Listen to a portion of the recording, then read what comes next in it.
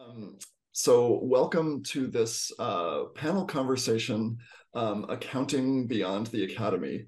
And I'm Aaron Belkin, first of all, a professor at San Francisco State, but much more importantly and interestingly, I'm so thrilled to be joined by two rock stars in the field of accounting, both of whom are San Francisco State University professors in our accounting department, professors Teresa Hammond and Joanne Sopt. So welcome to both of you.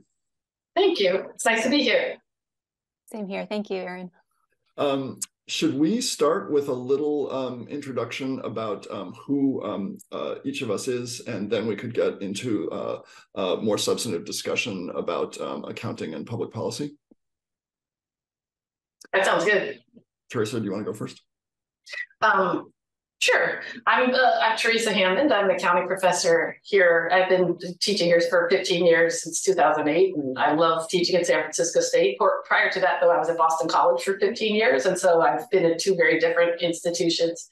And my primary research area is race in accounting. So I wrote my dissertation back at the University of Wisconsin 30 years ago on the underrepresentation of African Americans in the accounting profession. And then 10 years later, I wrote a book based on partly on that dissertation and also on interviews I did with 35 of the first 100 Black CPAs in the country, which was people who got their CPAs before 1965. And then I started working with people in other countries, and my biggest project since then that's related has been with South Africa. So I've written with a couple different South African authors about, again, the underrepresentation of Black people among chartered accountants in South Africa, post-apartheid. How were you able to tell who was in the list of the first 100 African-American accountants? It was so rare to become a CPA in public accounting, because in order to become a CPA, you had to work for a CPA. So the National Association of Black Accountants had a running list of the Black CPAs in the country until the 1960s. So people knew each other because they'd both gone to Howard University or Morehouse College. You know, there was education was so segregated. People were getting advice from each other on where to go to meet the requirements. So despite the fact that prior to the wars, the world wars, 90% of the Black population lived in the South, the only place people could get degrees in accounting were at Northern universities. So a lot of people went to University of Illinois. A lot of people went to NYU, in fact. So everybody knew each other. It was like, and because you needed the experience requirement, many people moved to Chicago, say, to work for the first Black female CPA, Mary Washington, or they moved to Detroit to work for Richard Austin, who ended up becoming Secretary of State of Michigan. So there was a family tree almost. And so people shared that information, and then NABA built on it. National Association of Black Accountants built on it and made an official list, checked with each state to make sure that these CPAs were all valid, and put together the list. Well, that's fascinating, and would love to hear more about your research in this panel. Thank you for being here. And Joanne Sopt, could you introduce yourself? Right. So I am about to finish my 5th year at SF State. I did my PhD at ESSEC Business School in the suburbs of Paris in France. So I think I was lucky with that experience, since I was kind of exposed to other ways of doing research in accounting. I think otherwise, if I would have been educated in the US, I don't know if I would have had the opportunity to kind of study what I ended up studying, but I always had an interest in anti-corruption work, and that's kind of how I started my research off, primarily starting with thinking about how fraud was understood within the context of the financial crisis in the US. My dissertation was focused on an inquiry report that was published by a panel of representatives from both political parties in the US.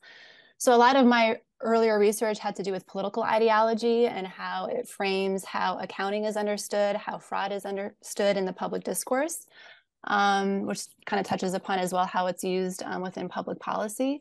But since then, I've also been really interested in just understanding different perspectives in accounting and on accounting.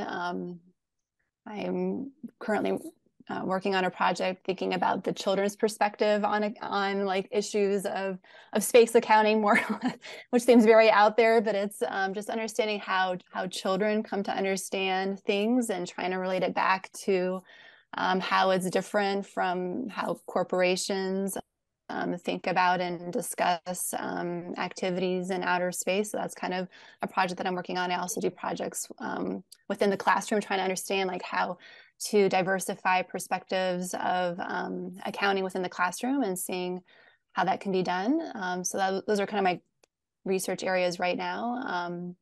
And I'm happy to be, in a department with Teresa, since I have a colleague who I can always go to for advice, and just know that she has my back, which is really nice. Can I ask why is it important to know how children think about space accounting? Well, space accounting is a new field right now. They're trying to build some literature around it, and I think right now people don't understand much around what even space accounting could look like. But I think right now what you see happening is primarily it being discussed within corporate social responsibility reports, and it's oftentimes they oftentimes use future generations as a way to maybe motivate why they're doing space activities to begin with. But I think it's important to understand, like, of course, we can't have insights into what future generations want, but we have some insights into what children maybe think about space and their concerns around space. And for example, we found a really nice database of children's drawing that was commissioned by the European Space Agency, and they collected 2,000 plus drawings from children in the European Union, and they have it lasered on a satellite that's currently roaming, outer space, trying to collect data. And it's really interesting. Like, a lot of the children have very, I mean, of course you have like maybe the things that you think about, like, their depictions of outer space from movies and whatnot, but also you have a sense that they care about the environment, what impact human interventions in outer space could mean, in terms of like, stars breaking, or, just aliens being hurt, by us. It's a very interesting kind of perspective, and we're trying to at least highlight that, first of all, it's important just to begin with, right? Because I think that's the biggest struggle, to even get this paper published, that it's important. Well, thank you so much. Again, so grateful to both of you. I'll say just a word or two about my background and this panel and the evolution of our conversation. And so I'm a political science professor, but for my whole career, I've been interested in the use of research to inform public policy. And so for 24 years, I ran an organization called the Palm Center. And our mission was to use research to inform the national conversation about LGBT troops, and specifically the claim that LGBT troops undermine the military. And so we spent a lot of time doing research on that question. Is it true that LGBT troops undermine the military? But then not just leaving the research to sit on a library shelf. Not that there's anything wrong with that, because that, after all, is our business as scholars, to produce knowledge and ask questions for scholarly audiences. But at the Palm Center, we also were very focused on the question of research translation. In other words, using our research to get into the public discourse, usually via the media. And here at San Francisco State, I run a project called the Michael D. Palm Center for Research Translation and Public Policy. And that institute, which is sponsoring today's panel, is not focused on the question of LGBT military, but more broadly throughout the academy. Is there a possibility for using our research in slightly different ways than we as scholars have been trained to use it? And I was so happy, Joanne, you and I met about 6 months ago, and we started talking about this question of research translation. And then it turns out you have a colleague, Teresa, who's also interested in this, and that's where this conversation, this panel, comes from. Just a word or two about the conversation, and then maybe we could go to specific questions about accounting beyond the academy. But I'm happy to moderate the conversation in terms of keeping things going. But I also think that if either both of you want to ask me or each other questions, that we should just have a conversation without, although I will, take responsibility for moving us forward if need be. And without, kind of committing to this, I think it would be great if at some point We could touch on stakes. Why is it important for accounting not just to be something that scholars consider, but to be part of public conversations? What are some of the obstacles that make it hard to do that? Are there case studies of specific times when accounting was or was not helpful in a public policy context, or could have been helpful? And then if we agree that research translation is at a premium, that accounting is not just or should not just be for scholars, how do we as scholars kind of make that vision a reality? So before maybe putting the first question on the table, did either of you have anything you want to put on the table as kind of part of the agenda, or questions or points that we should consider? That sounds good. The thing I wanted to add is how lucky I am to have Joanne as a colleague, and how just to underscore how rare it is to even have two people like us at one school, because most accountants don't do anything remotely like what Joanne and I do. Most accounting professors, do much more traditional research in terms of how accounting can be used by a corporation to maximize profitability. So it's great to be part of this discussion, because I think Joanne and I, our whole purpose of doing this, what's called critical accounting, is to be used as a tool for real change in the world. So this is perfect. Thank you. Well, let's start there. The idea that accounting can be a tool for real change in the world. What does that mean? You say that traditionally accounting is for profit maximization in corporations. Don't social scientists always or often get data into newspaper articles and television broadcasts? What's different about accounting as a discipline that could be more public focused and more public policy focused, as opposed to just data overall? Well, I think part of the problem is that everybody thinks that accounting data is neutral, and thinks that these are numbers that were generated that mean, exactly what they say, that this company made $30 billion last year with no consequences for the environment, none of the sort of what we would call the endogenous factors, because they're not part of what constructed the finances of the company. We've got oil companies making billions of dollars and also destroying Ecuador, destroying the Nigerian Delta, but that's not part of what we account for. If we don't, and those are actual decisions made by people of what is important to account for. I think one of the easiest things for non-accountants to understand is tax policy. People often think of accountants as well, you do my taxes, right? And I think when people think about tax policy, they don't necessarily think about the implications by race, by economic status of our tax policy. I run a volunteer group at Oakland High, and one of the things we do is tax returns with the students. And we do the earned income tax credit with the students. And it is almost impossible for someone with a PhD in accounting to figure out how to do the earned income tax credit.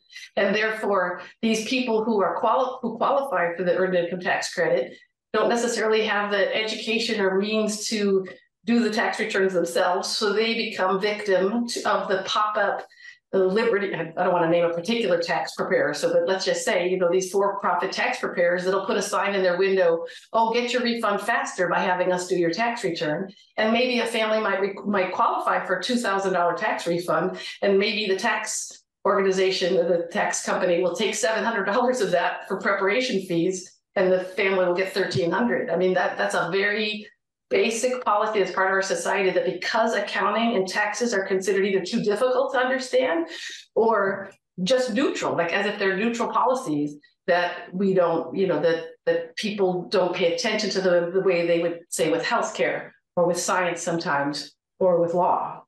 So there's a woman who's written this book called The Whiteness of Wealth, Dorothy Brown, and it's all about the tax system. It's a great book. She was an accountant, and then she became a lawyer. Now she's a law professor. But it's all about how the accounting policy discriminates against Black people, and has, not just contributed to the disparities in wages today, but also into the wealth that people have been able to accumulate over time. So, it's an invisible field with incredible power, is the way I would describe it. Joanne, could I ask you about one thing that Teresa just said, and of course, if you want to respond to any of that as well, but part of what really stuck out to me about Teresa's answer was just the very premise that accounting data are not neutral. So okay, and is it the case that actually accounting data are already in the public sphere? So the trick is not so much to get accounting data into public policy conversations, but to get a different understanding of accounting data. In other words, so sorry, just yeah, how are you thinking about that? Yeah, man, something that I would even add to what Teresa was saying, yeah, accounting is not neutral. The tools of accounting are not neutral. Oftentimes they're used for political purposes, but also just the idea that numbers themselves are powerful, I think is also something that I've come to realize, surprisingly through my PhD studies. It wasn't something that I really was aware of I was an accounting student. I used to work as an auditor. I used to work for EY. None of these types of realizations ever hit home to me until after I started studying about accounting and just kind of understanding the basics of the use of numbers in society. Oftentimes I have students watch a TED Talk talking about the quantification bias of our society and just how easy it almost is to use numbers, right? And because of that, there's weight to them, but at the same time, they can be manipulated. I think that's what accountants understand, right? As an auditor, you understood this. That's why the auditing profession exists, right? The numbers can be manipulated. There's a lot of subjectivity in accounting that people, again, don't really realize. There's a lot of decisions that go into the making of the accounting numbers. So yes, I think the numbers are out there, but it's very easy to think that they are objective fact, when in fact, they're not. And us accountants understand that. And I think even mainstream accountants understand that, right? But it's just something that doesn't get talked about. Can either of you think of an example in which a public policy conversation was distorted in the direction of white supremacy or corporate interests or neoliberal power, whatever, because either the wrong kind of accounting data were informing the conversation, or the right kind of accounting data were not present in the conversation, or like where have we seen the distortions that you're talking about? It starts from the very beginning of this country with slavery. There's a really great book. I'm sorry I don't have it in front of me. It's called Accounting for Slavery, but it's written by a historian at the University of California, Berkeley. And she had worked as a management consultant when she graduated from college, and she realized that data was used to justify the exploitation of human beings, even by major corporations. They can say, oh, well, if we go to Bangladesh instead of China to produce this product, then we can make X dollars more in profitability. Meantime, with no regard whatsoever for the way those people who are working in those two countries are being treated by their employees, by the employers. Nothing about the lifelong health consequences or the danger that the people are in that situation. If it costs you less to make it in Bangladesh than it does in China, which is just a replication of it costs you less to make it in Mexico than in the United States, and then from Mexico to China, over the history of the past few years. Well, she was doing that as work, and it made her think about enslavement of human beings at the very beginning of the founding of our country. And she demonstrated in this magnificent book that a lot of the accounting techniques we use today were developed specifically to treat human beings as inventory, as assets, when they were enslaved on plantations in the United States and in the Caribbean. And a baby would be born. It would have no value on the accounting books until it had survived until being 1 year old, because so many babies passed away. And then it would be worth $50. And then it would increase in value over the years. And people would actually write the value of human beings on their, on their inventory. So they would have slaves and then farm animals and equipment and land. And at the time of the beginning of the Civil War, besides real estate itself, enslaved people were the biggest asset in the United States. And people got mortgages based on the human beings that they owned. So I can't remember what the percentage is, but the majority of mortgages in the southern slave states that were secured by assets were secured by human beings. And so that, even today, so I review a lot of papers about slavery and accounting, just as a member of the academic community. And even today, people will say, well, the European owners of these plantations in the Caribbean needed to have this accountability and this oversight in order to ensure that they were profitable. And I'm thinking that whole perspective that takes the perspective of the owners is reinforced by the use of quantifiable, the profitability of this plantation and proving it through these numbers was just considered legitimate. Those reports would come to, back to Europe, that this plantation was doing fine. Nothing about the fact that the average enslaved person's life span in the Caribbean was 7 years until the person would pass away from overwork, or from disease. So as Joanne said, it's just the obsession with quantification, and then the fact that adds legitimacy to almost any behavior if you're making a profit, right? I mean, at San Francisco State, we could point out several examples of it too. Like, please. I try to, there's so much activism to go around. There's plenty of things to keep us busy all the time, but especially after the Pulse nightclub shooting, and I am a member of the LGBT community, but also just these were young people, our students' age. And so I looked into our pension funds and how some of the investments are in armaments, in companies that own armaments. And then I found out that because they were trying to reduce, so the state as a fiduciary, so technically a fiduciary is supposed to prioritize the interest of the investor. And so so I asked Fidelity if they had a fund that didn't have any armaments in it. And, this is a long history of, public interest investing, right? But I asked them and they said no, because as a fiduciary, anytime they reduce the opportunity to maximize the value to we pension holders in the state of California, they were actually violating their responsibility to the state. And I'm thinking, what are we doing here as educators with children getting killed in the schools, young people our students' age, people of color, queer people getting killed in the nightclub, and we are actually profiting from that as retirees of the state system. So it really pervades so many aspects of society, as well as going back, forever. But it's the, you were talking about how accounting is used in political debates, and you can see that. But I guess what the current terminology, and Joanne is a much more current researcher than I am, that they're trying to create counter accounts, using accounting, but not the traditional way of using accounting, but creating a counter account that doesn't reify profitability over all else. So I have many things to ask and say about that, but Joanne, why don't you go first? That's fascinating.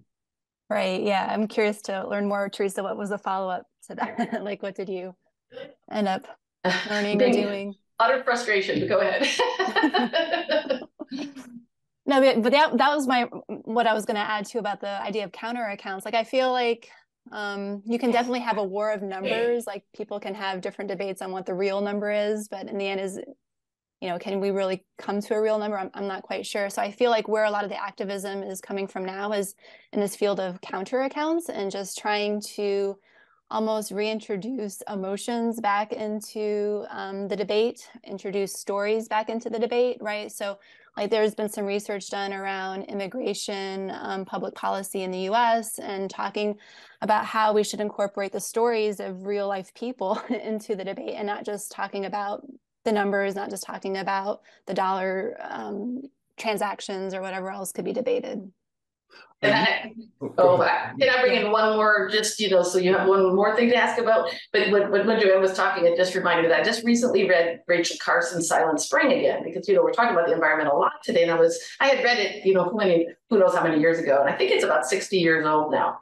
And in her book, she's talking about the use of pesticides and how dangerous it is to the environment and how the birds are dying and how the waters are polluted and everything else. But in almost every chapter, she's trying to do a cost-benefit analysis, saying that actually we would be better off financially if we didn't use all these chemicals, because the crops could be greater. And I'm reading the book, I'm thinking that was her only way of making a legitimate argument, or an argument that would be taken seriously by the public, even 60 years ago, would be to say, in the long run, it'll cost the Department of Fisheries and Wildlife less if we use fewer chemicals. And I'm, thinking the whole time, who knows what she really wanted to say? And she had a huge impact, so I would never question her. But what about destroying the environment? Mm-hmm. Why do we have to talk dollars and cents in order to justify ending poisoning our environment? Mm-hmm. So this is almost more of a point of information than a broad or theoretical question. But I want to make sure I'm hearing correctly. This idea of counter narratives, is this specifically accountants and accounting scholars who are using the numbers to open up a space for storytelling? In other words, why is the whole idea of counter narratives accounting as opposed to storytelling? So this is why everybody thinks we're not accountants.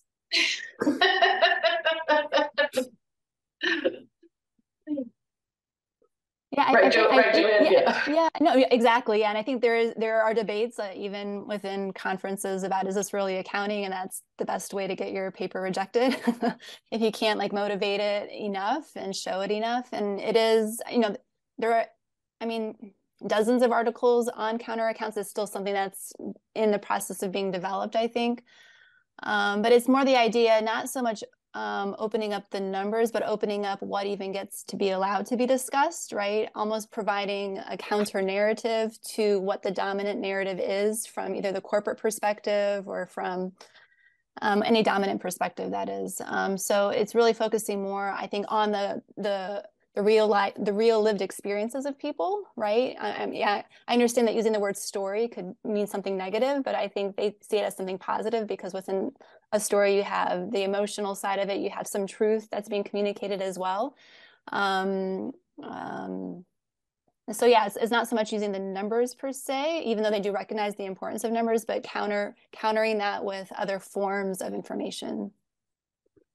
Instead of asking, I actually want to just make a point, which is in the various campaigns we organized concerning LGBT troops, we were often kind of lectured at and scolded by public opinion experts who told us that the public doesn't care about data. And our experience was actually that it was often, if not always, most powerful to pair, I'll say, stories about the numbers, or just numbers, numerical trends, with a human interest story.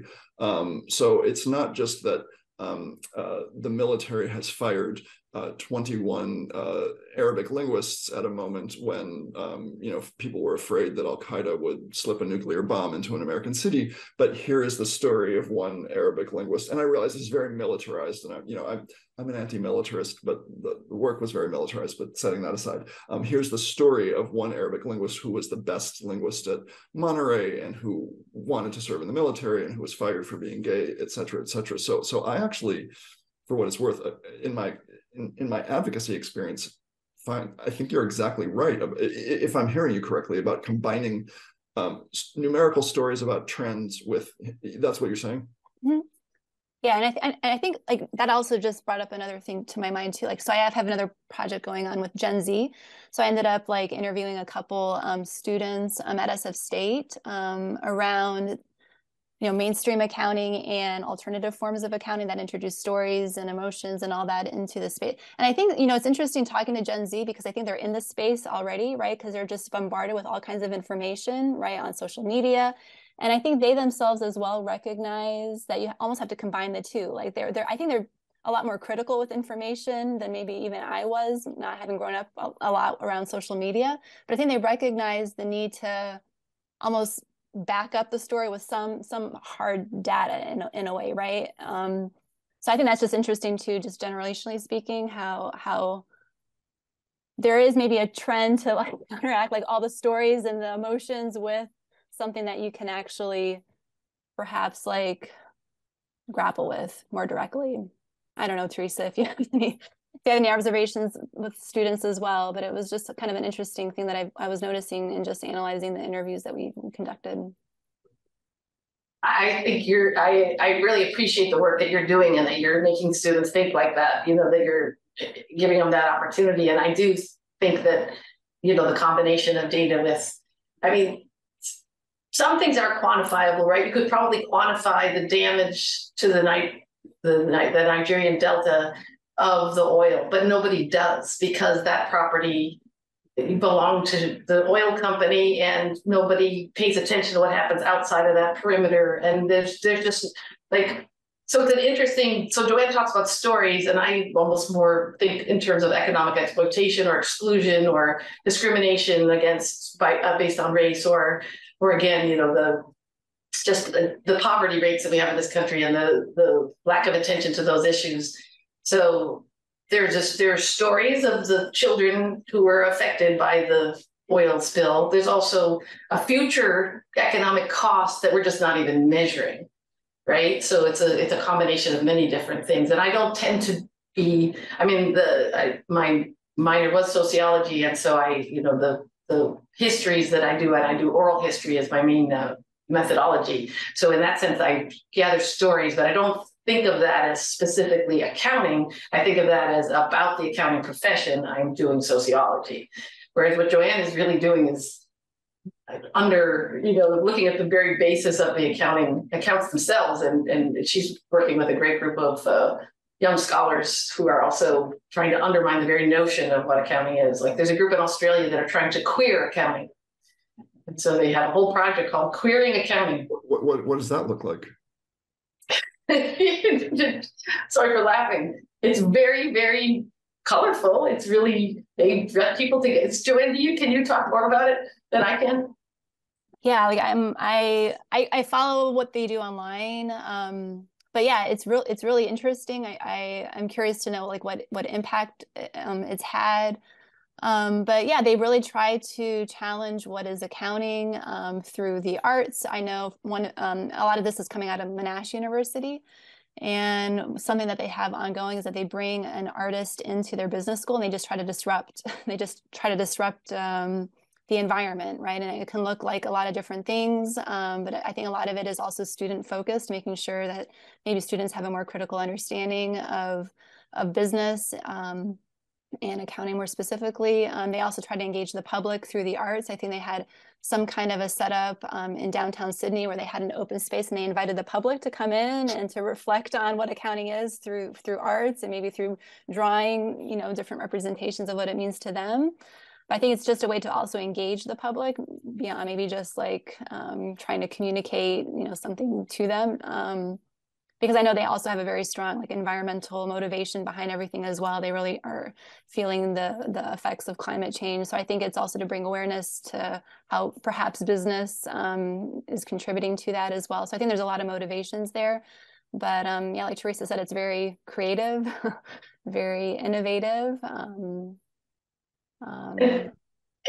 And for me, it's helping those students think about things differently that really helps, right? Because if they just memorize what's in the textbook will tell you that if you decrease the payment that you make to your employees, that's a favorable, it literally in the textbook says that's a favorable variance for the company. Well, they don't even say for the company, they just say a favorable variance.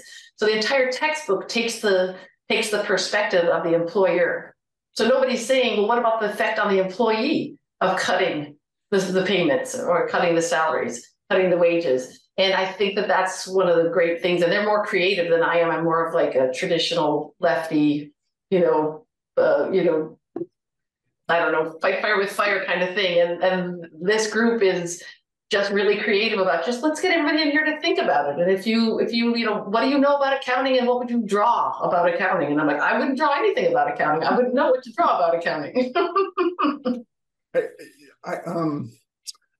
I rarely think that catalogs are helpful, but I want to try just selfishly for my own, to make sure I'm tracking. I want to try to at least partially catalog what I think I've heard so far about different ways of thinking about accounting beyond the academy. I might be missing some things, not intending to be comprehensive or anything like that, but kind of one kind of bucket of activities I heard you talk about was in terms of teaching and pedagogy. And one of the things that struck me was teaching students how to understand tax returns and tax policy better. So accounting beyond the academy, at least in part, can mean helping individuals on the ground through teaching improve their own lives by better understanding numbers. Okay, so there's that.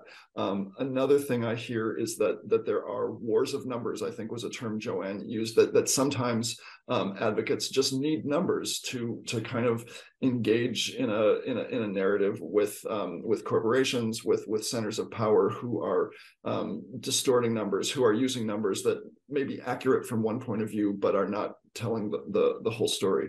And then a third kind of very broad, I don't know, bucket or lane or whatever you want to call it, I hear is just helping the public understand the many, many ways and many, many different levels on which accounting numbers and accounting itself is not neutral.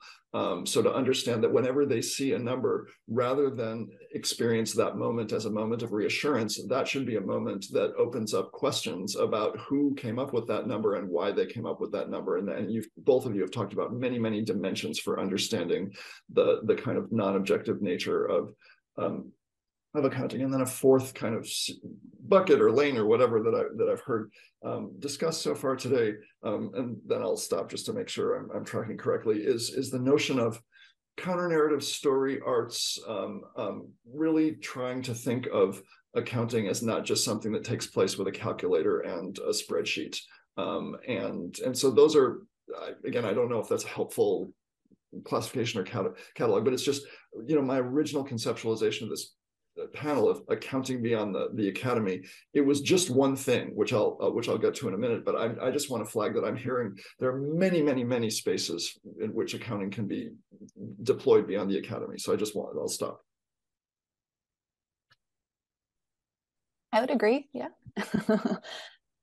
And I think also like 2 and 3 kind of go together, right? I feel like when there is like a war of numbers, I feel like what comes out of that is that the numbers are more subjective than we think, right? So I think 2 and 3 perhaps are related in that way. And I think it's a good thing. That's something that I've seen also in the literature talk about, like you have to open up the contestation around the calculations and bring that process, to the public and not just like the end result, which is the numbers themselves.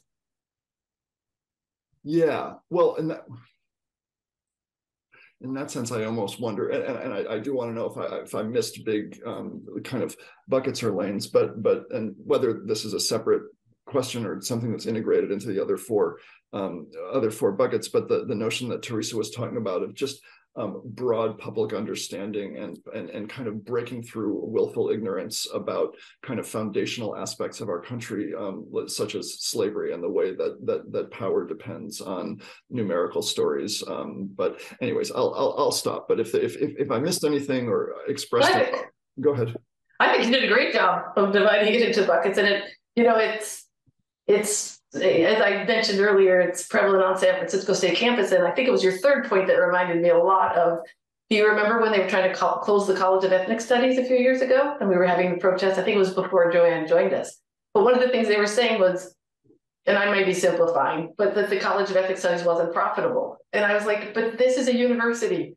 And what does profitability mean? And we have all these shared costs, right? Mostly like the library behind me and the lawn behind Joanne, these are all shared costs, right?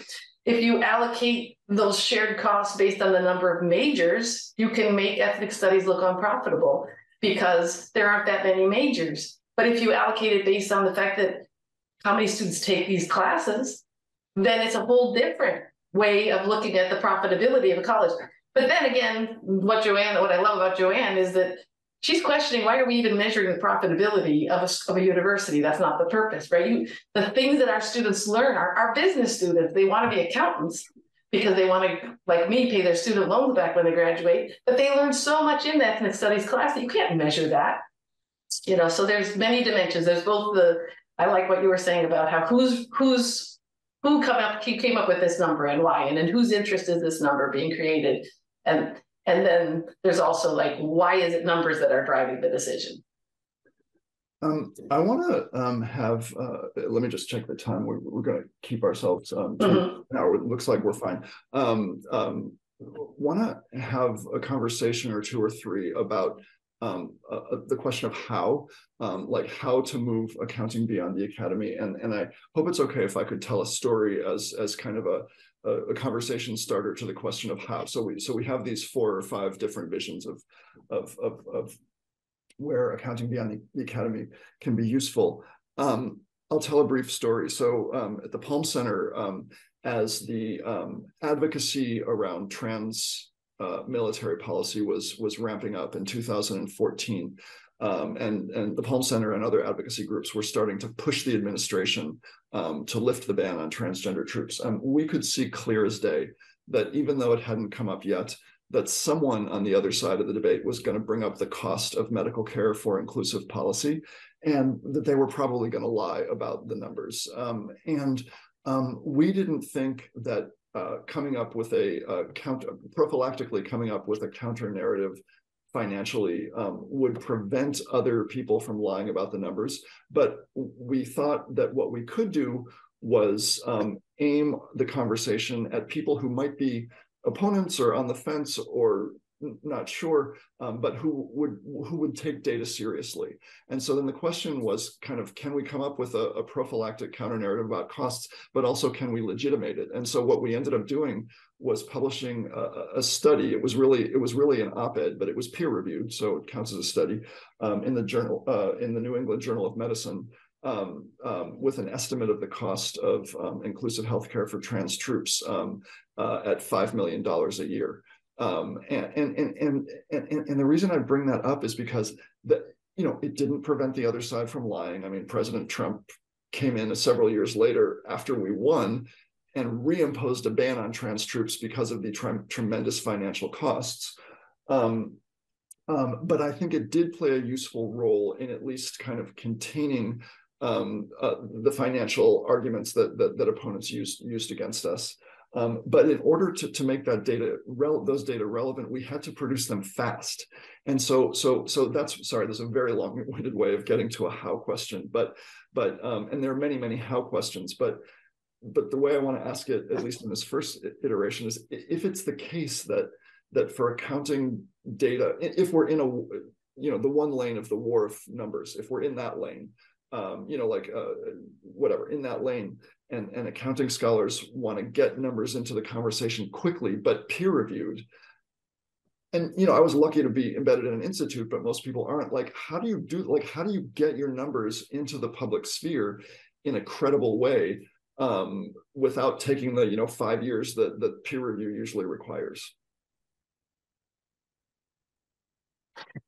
That's such a good question, because I really like that I would like my work to be used as a tool, but it's really hard to turn things around on a dime, right? But you have to be ready.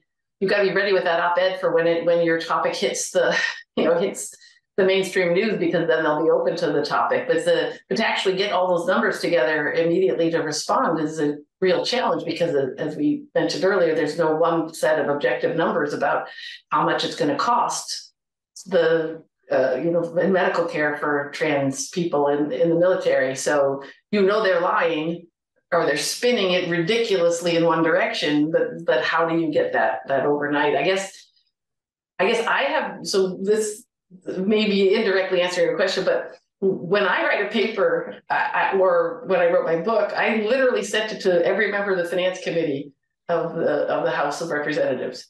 I sent it to every member of the Finance Committee of the Senate, and I sent it to every member of the Black Caucus, the Congressional Black Caucus. And when I wrote a paper about textbook costs, which is not exactly accounting again, but it was about the ridiculous charges our students were paying for textbooks that weren't really being rewritten, they were just being reissued with minor changes. I sent it to every student PIRG, public interest research group in the country, because I had seen that that was one of their, obviously that was one of their big issues. I relied on their work, and then I wanted them also to have my work so that they could use it in the future. But I have had more of a slow impact. I mean, I've been more the person who had the work ready to go when it hit the public, as opposed to, oh my gosh, I got to get this data right now and I got to get it out into the public immediately. So I feel for you on that, but I admire you for doing that work immediately. The closest I came to was when they were arguing that ethnic studies wasn't viable, and I was trying to do the argument that if you allocated these costs differently, that you could take a totally different interpretation about what the profitability of a particular aspect of the university was. Well, I want to stop so Joanne can weigh in. So just super briefly, what you just said, Teresa, actually to me is a note of optimism, because what I hear you saying is that even though you're not kind of networked into an institute that is kind of helping you translate your research, you are nonetheless able to figure out ways to inform various conversations on campus and in Washington and in the academic discipline with your research. And that, so you are translating your research for the public, even though you're not networked in an institution. Yeah, that's been very important to me. If I don't, for example, the work I did in South Africa in the early 2000s, my biggest disappointment about it was that I'd gone to South Africa twice. I'd interviewed a number of people in the profession, Black recent entrants. They had entrusted their stories to me and my South African co-author. And then I thought, but what's the impact? Because in the US, I know how to try to impact things. I know which journals to try to write to. I have been on some podcasts. I haven't written many, I've written only a few articles specifically for, more widespread consumption than just, academic journals. But 20 years later, a doctoral student in South Africa reached out to me because of the work I had done then. And she is actually working. She's a Black woman who's one of the first Black women to get a PhD in accounting now. I supervised her dissertation, and now she is working to change things based on the things we did 20 years ago and then her own dissertation. And so I was feeling like that was the most useless thing, because it's only for your own good, right? In a way, it was very interesting to me. It helped my career to write these articles, but I just felt like I just wasted 40 people's time at a minimum, to help me understand Black accountants in South Africa better. And what are we giving back? And 20 years later, I was extremely gratified that she's giving back, and she works for the largest institution in South Africa. And so she's giving back to her students, but also through the other organizations there, because she's one of the leaders now, given her credentials. So sometimes you really want it to be instant, and sometimes you could find out later that actually what you did do was useful. So it's really important to be a public impact with my work. Joanne, what thoughts do you have about this question of how academics can be useful and translate their research, and or any efforts that are underway? You've already discussed a couple, but yeah, just your thoughts about that. Yeah, I mean, I don't have examples like Teresa. It was really interesting. I didn't know that, Teresa, that you do that. So that's really interesting. I'm just curious, did you get any feedback, from the people in Congress that you? Oh yeah, I ended up meeting with the staff of the head of the Black caucus, the Congressional Black Caucus, sorry. And then I had Barney Frank was one of the people I wrote to, because he was the head of the House Committee of Financial Services. And then they invited me to come speak in front of this subcommittee and so I was there with a couple other people in the financial industries, talking about the underrepresentation of Black people in the financial industry. And then, so this gets back to what Aaron was saying earlier too. It used to be called the General Accounting Office, and now it's called the General Accountability Office. And so this one of the arguments that progressive accountants have made is that it's about accountability, not just about accounting. And what we use to account shows what how we measure accountability. So they did a study on the underrepresentation of Black people in finance and accounting. So yeah, I did, but I sent out 100 things, and I got heard back from Charlie Rangel's office, wrote to me and asked me some questions, sent an email. So I definitely got maybe six or eight replies in different ways, and ended up being introduced by Barney Frank to the committee. So that was pretty, pretty exciting. So it can take a lot of work, though, to do something that has, that you don't get a ton of, you can't expect a response for every single thing that you do, but you got to do a lot to get it out there. So it sounds like it can't be predicted either. Like you just kind of are doing things the best you know how, and then you you just keep doing it and doing it and doing it, and you hope that some of the things hit, right? Yeah, so I don't have any like practical examples like that. I'm an overthinker. I always have a hard time doing stuff just in general. So I hope this conversation will encourage me just to maybe be more proactive. But there are people, communities that are working towards this. I mentioned to Aaron before, there's a new group called Accounting for Impact. So that was something that kind of came out of a lot of talks that have been happening post-pandemic. I think a lot of these talks are now happening on Zoom. So one of the positives of Zoom is that we're just able to meet a little bit more frequently, and we can have a lot more conversations. So there's one group that I'm a part of, and we have been meeting almost like on a monthly basis. And there was around the queering accounting movement as well, there was like an impetus to kind of create this accounting manifesto. And part of this manifesto was just almost like complaining about, of course, a lot has been done within the academy, and we have a space to even debate these things. Like just a few decades ago, there wasn't even a space that existed for critical researchers to even explore these ideas. So there's been a lot of work, but I think people are now at a point where they're wondering, what's the next step? How can we get involved more practically? So in the last year, so there have been a lot of webinar, well, not a lot, but every like couple of months, there's a webinar around how to translate your research for public consumption, either like writing articles on Medium, getting involved on LinkedIn. And later this month, there's going to be another group that talks about how to actually get involved in public policy work, specifically through the PCAOB, the SEC, right? Which isn't something that we really talked about, but that's kind of, I think, traditionally how people think about accountants getting involved in public policy, right? It's through these more established groups. And now, of course, there's a lot of work being done around sustainability accounting. So there's SASB is being created around that. So I think there's going to be additional emphasis on that and how we can get involved there. So there's a lot of talk happening. There's some people mobilizing around it. So Teresa's been doing this a lot longer. Well, Sustainable Accounting Standards Board, is that what that is? Yeah. SASB? And who's behind that? I want to say Bloomberg at one point was behind it. I'm not sure who the more recent people are, but yeah, there isn't a lot of hope behind it from talking to the critical researchers. I just heard of it for the first time, so that's But we have a lot of colleagues who, so we have one colleague who was just, criticizing everything about the British government for the past 30 years, and now he's in the House of Parliament, Prem Sikka. So he's not in the House of Parliament, he's in the House of Lords. But he's this very progressive guy who's been criticizing the tax structure, criticizing the undermining of the healthcare system.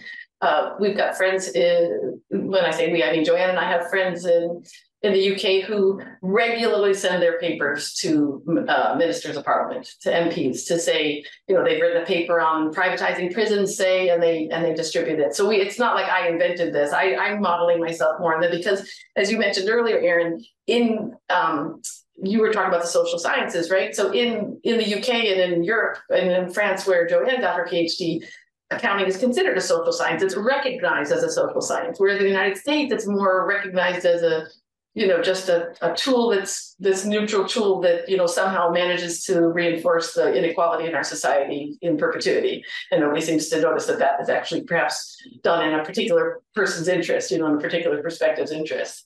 But we have a lot of role models in Australia and elsewhere, and not so many here in the US. So I'm lucky again to have Joanne as a colleague. Love to ask two other questions, and also just if either of you have other things you want to ask or say.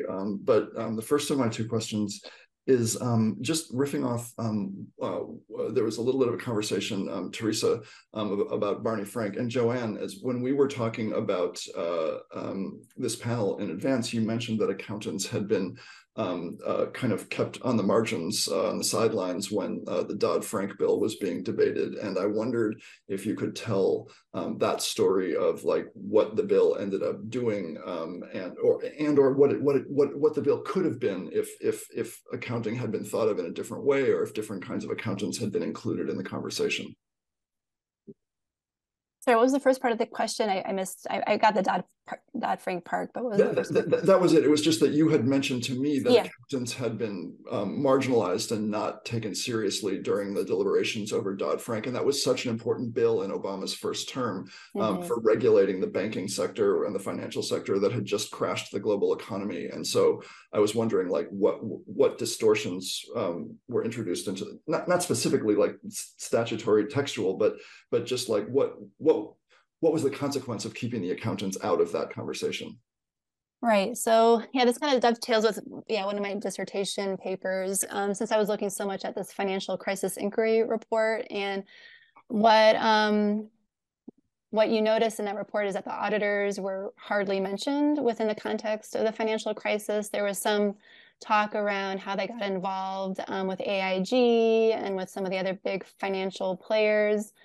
But they were really, in that whole report is like, several hundred pages long. There was no blame cast on the auditors. And it was not just here in the US, but also in the UK, there have been papers written about how the auditors primarily were kept out of that public debate. And they argue that it was perhaps done on purpose, right? The auditors didn't want to be, they never want to be blamed for anything, but they kind of like it when the blame gets shifted to either the government or the private the private sector, because then that of course creates more of a need for them, to additionally audit those organizations.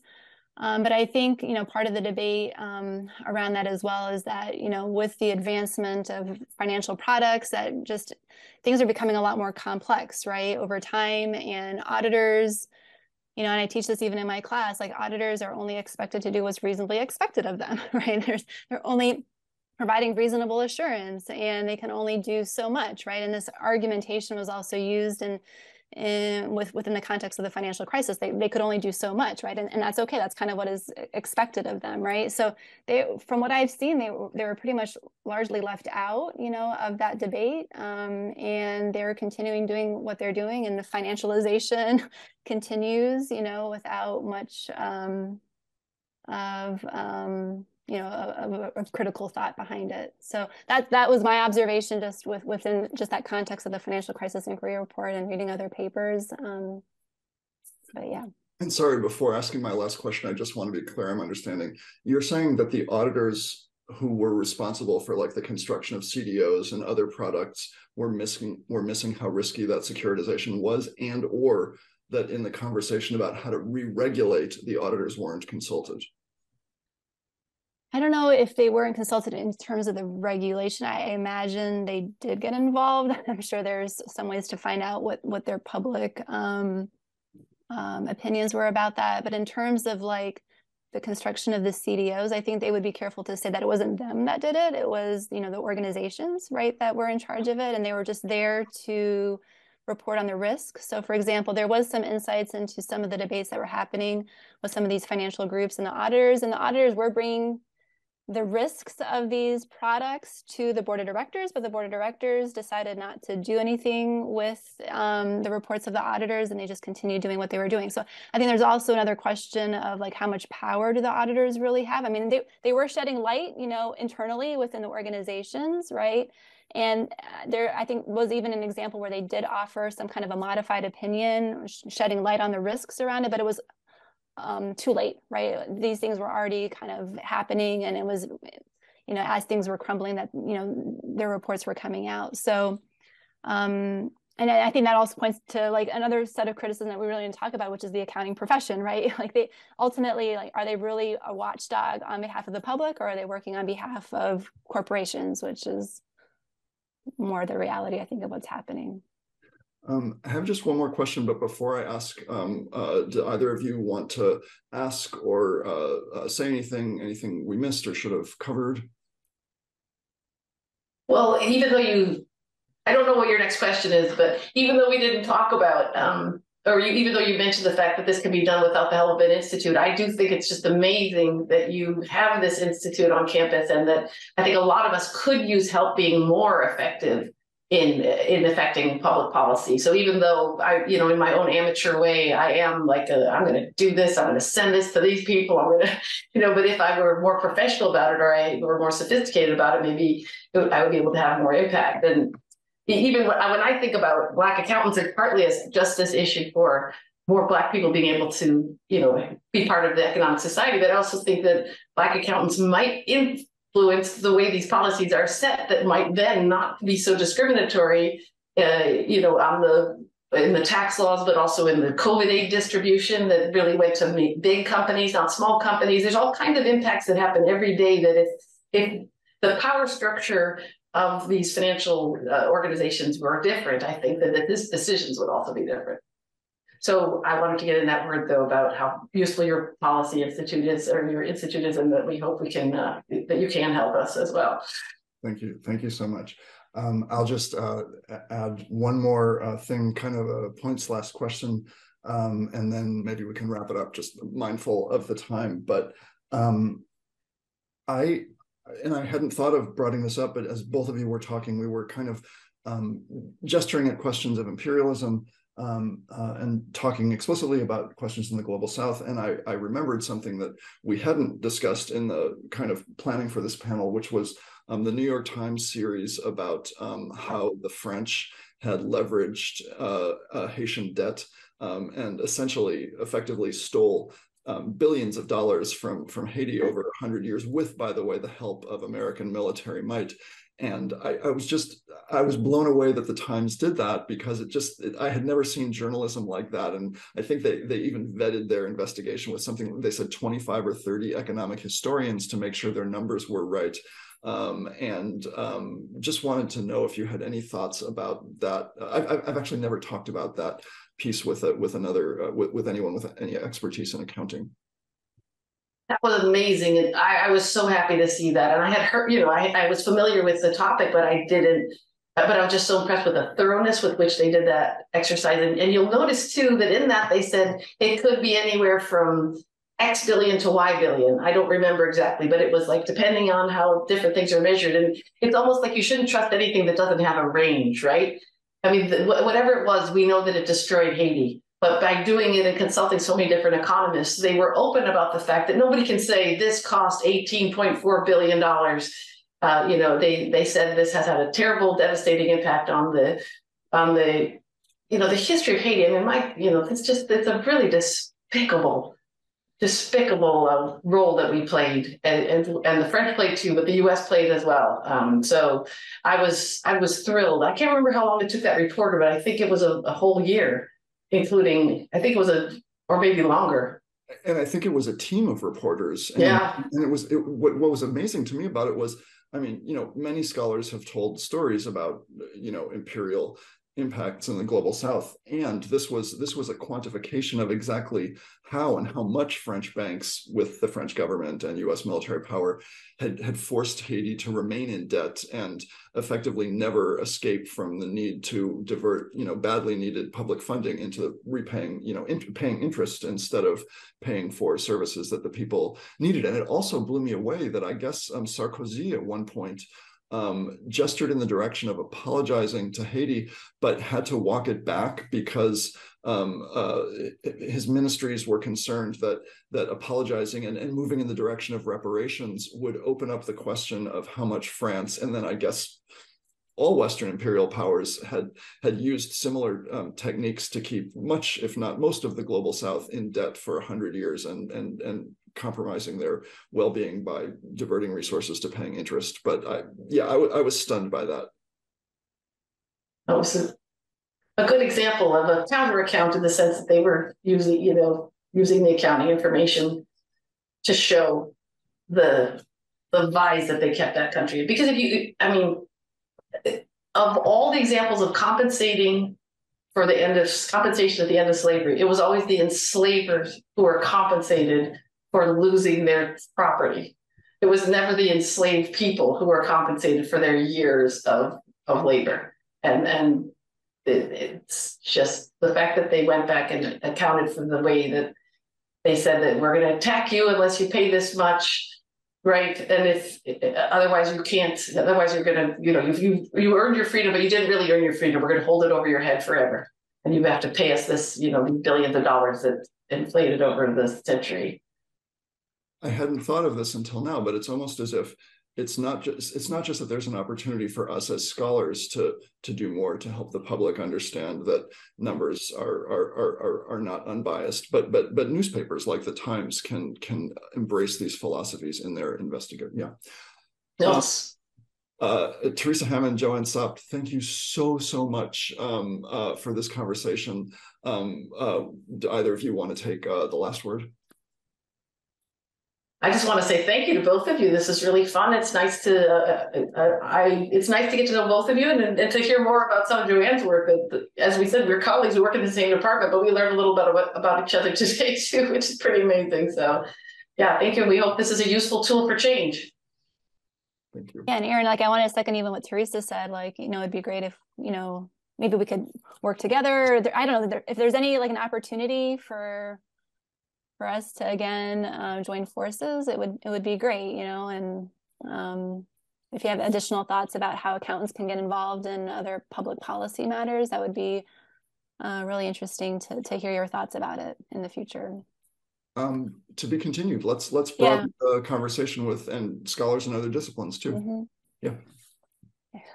Thank you so much. Thank you. All right. Thank you. Bye-bye.